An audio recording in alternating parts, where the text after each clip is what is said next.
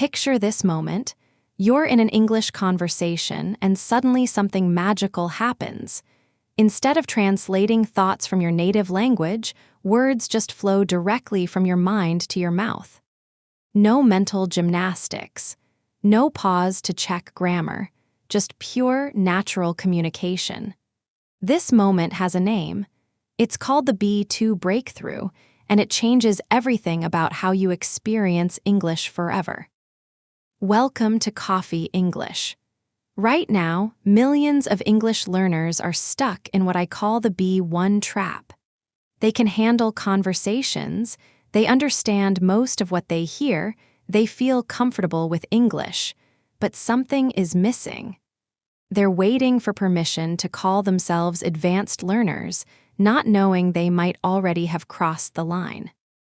Today, you'll discover the real difference between B1 and B2 that no textbook explains. You'll learn the 3 unmistakable signs that your brain has already made the shift. And most importantly, you'll understand why this transition isn't about studying harder, but about recognizing what's already happening in your mind. If you've ever wondered whether you're ready for the next level, share your experience in the comments.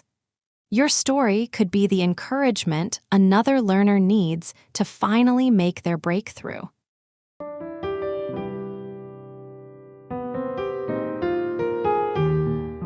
Let me show you something that will reveal exactly where you stand right now.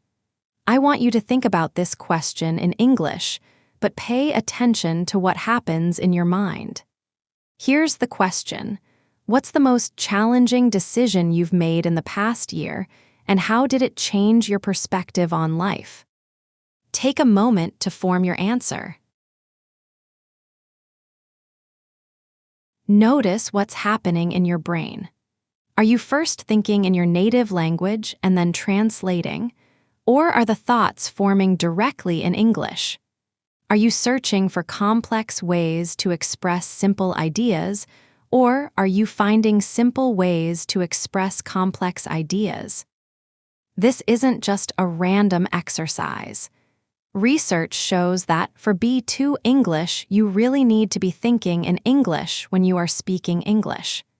The difference between B1 and B2 isn't in your vocabulary size or grammar knowledge. It's in where your thoughts originate. At B1, you're a translator. At B2, you become a thinker. Here's what most people don't understand about B1. It's the most comfortable level in language learning. At B1 level, you know about 2,503,000 words and can use many of them in conversations. You can handle most daily situations. You can watch movies with subtitles and understand the plot. You can have conversations about familiar topics without major struggles. This comfort becomes a trap because your brain thinks the job is done. You're communicating successfully, so why push further? But here's the secret that separates forever B1 learners from those who break through to B2. B1 is about surviving in English, B2 is about thriving in English. At B1, you're constantly managing language. You're thinking about word choice, checking grammar, monitoring your accent. Your mental energy goes to language mechanics. At B2, language becomes invisible. Your mental energy goes to ideas, emotions, connections, creativity. When you transition from B1 to B2, something amazing happens in your brain. You develop what I call 3 different systems for English. The first system handles everyday conversations and common phrases. The second system helps you discuss complex topics and explain your thoughts. The third system lets you be creative, make jokes, and express your personality. Most B1 learners only have the first system working well. They can use common patterns and phrases naturally, but they haven't developed the second and third systems yet. This is why they feel limited when trying to express complex thoughts or personal feelings. B1 means you can use English independently for basic needs. B2 means you can use English independently for complex communication. The word advanced here doesn't mean knowing more stuff. It means having more mental systems available for different types of communication. Here's the first sign that your brain is ready for B2. You start getting frustrated with simple English. Conversations that used to satisfy you now feel limiting. You have complex thoughts, but find yourself using basic words to express them. You hear yourself saying things like "it's good" when you mean it's thought-provoking and emotionally resonant. This frustration is actually your brain demanding more sophisticated tools. It's like a musician who's outgrown their beginner instrument. The frustration means your thinking has evolved beyond your current language tools. Many learners misinterpret this frustration as evidence that they're not good at English. Actually, it's evidence that they're ready for the next level. Your brain is telling you it needs more advanced systems to match your advanced thoughts. The second sign happens during listening. You start predicting not just what words come next, but what ideas come next. When watching English videos or listening to conversations, you find yourself finishing sentences in your mind before the speaker does. Not because you've heard these exact sentences before, but because you understand the thought patterns behind English communication. This prediction ability means your brain has internalized English thinking patterns. You can understand conversations and speeches in most situations in your personal and professional life. You're not just decoding words anymore, you're following thoughts. The third sign is the most subtle but most important. You start recognizing different styles of English and developing preferences. You notice that some speakers sound more formal, others more casual. Some use more descriptive language, others more direct language. Some are more emotional, others more analytical. More importantly, you start developing your own English style. You notice that you prefer certain types of expressions. You gravitate towards specific ways of starting conversations or ending emails. You're not just using English anymore, you're choosing how to use English. Here's the counterintuitive truth about reaching B2. You can't study your way there. The transition from B1 to B2 is a big step that means learning more words, understanding complex grammar, and getting better at expressing yourself in many different situations. But this doesn't happen through traditional studying. B2 breakthrough happens through what I call useful challenges. You need to put yourself in situations where your current B1 skills are almost enough, but you need to stretch a little. Where you have to stretch your English to match your thoughts, not reduce your thoughts to match your English. Instead of studying grammar rules, start having conversations about topics you care deeply about. Instead of memorizing vocabulary lists, start reading books that challenge your thinking. Instead of doing practice exercises, start creating content in English. The fastest way to transition to B2 is through identity shifting. Stop seeing yourself as someone who is learning English and start seeing yourself as someone who uses English to do things you care about. Join English-speaking communities around your interests. Contribute to discussions. Create value for others using your English skills. Reading and listening to English regularly is important, especially longer and more challenging materials. But choose materials that matter to you personally. If you love cooking, follow English cooking channels that discuss technique and creativity, not just recipes. If you're interested in psychology, read articles that make you think, not just practice your vocabulary. Here's something that might surprise you.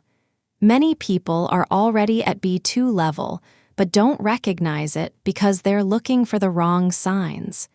They think B2 means perfect grammar and extensive vocabulary. Actually, B2 means natural communication despite imperfect grammar and limited vocabulary. The B2 approach focuses on getting your message across clearly and connecting with others naturally, even if you make small mistakes or don't use perfect words. Why does this transition matter so much?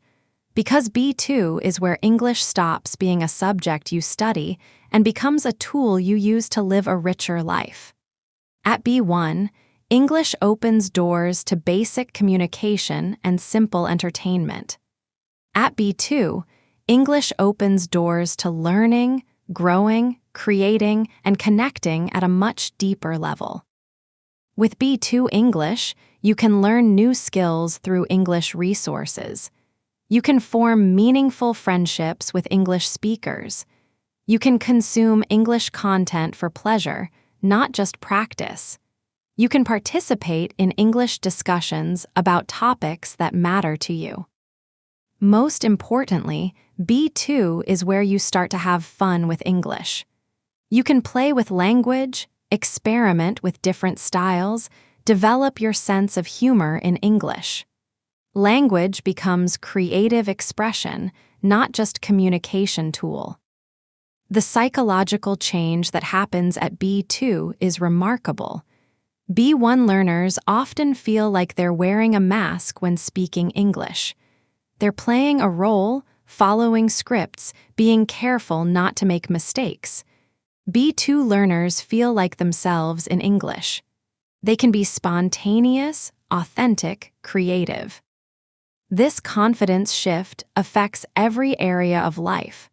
Professional opportunities expand because you can contribute meaningfully to English-speaking workplaces. Personal relationships deepen because you can express complex emotions and thoughts.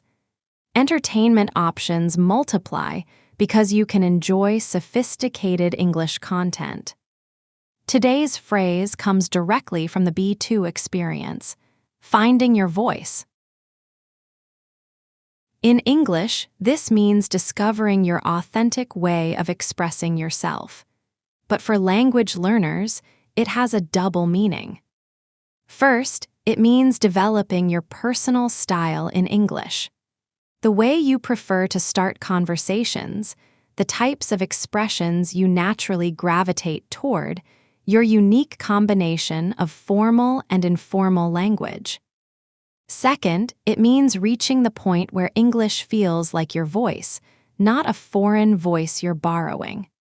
Where your personality shines through your English, where your sense of humor translates, where your values and passions come across clearly. When you find your voice in English, you're not just communicating anymore. You're connecting. And that's the true magic of the B2 breakthrough. Here's your brain-revealing challenge. I'm going to give you a complex situation, and I want you to notice how your mind approaches it in English. Imagine you're trying to explain to a friend why you changed your mind about something important. Not just what you changed your mind about, but the emotional journey of realizing your previous thinking was wrong. The mix of embarrassment, relief, excitement, and uncertainty that comes with personal growth. Right now, think about how you would explain this in English. Notice whether you're trying to translate complex emotions from your native language, or whether English thoughts and phrases are emerging directly. Notice whether you're frustrated by the limitations of your English expression, or whether you're finding creative ways to communicate complex ideas. This is your B2 readiness test. If you felt mostly translation and limitation, you're solidly B1. If you felt mostly direct English thinking with some creative problem solving, you're at the B2 threshold. If you felt excited about expressing complex ideas in English, you're already there. We've discovered that the difference between B1 and B2 isn't about accumulating more language knowledge. It's about a fundamental shift in how your brain processes English, from translation mode to thinking mode, from surviving to thriving, from managing language to using language as a natural extension of your thoughts. The signs that you're ready are probably already there. The frustration with simple expressions, the ability to predict where conversations are going, the development of your personal English style. The question isn't whether you'll reach B2, but whether you'll recognize when you already have. Your challenge this week is to stop studying English and start living in English. Choose one area of your life that you care about deeply and engage with it entirely through English. Join discussions, create content, connect with people. Not to practice your English, but to pursue your interests using English as your tool. Pay attention to moments when language becomes invisible and ideas become the focus. Those moments are your B2 breakthrough happening in real time. The B2 level isn't a destination you arrive at after checking off a list of requirements. It's a gateway that opens when you stop seeing English as something you're learning and start seeing it as something you're living. Every person listening to this has the capacity for this breakthrough. The question is whether you'll give yourself permission to move from the comfortable B1 plateau into the exciting territory of advanced English communication. Remember, advanced doesn't mean perfect. Advanced means authentic. Advanced means confident. Advanced means using English not just to communicate, but to think, create, connect, and express the full complexity of who you are. The gateway is open. The choice is yours. This has been Coffee English. Keep brewing your language skills, and remember, your B2 breakthrough might be happening right now, while you're listening to these words flow naturally into your understanding mind.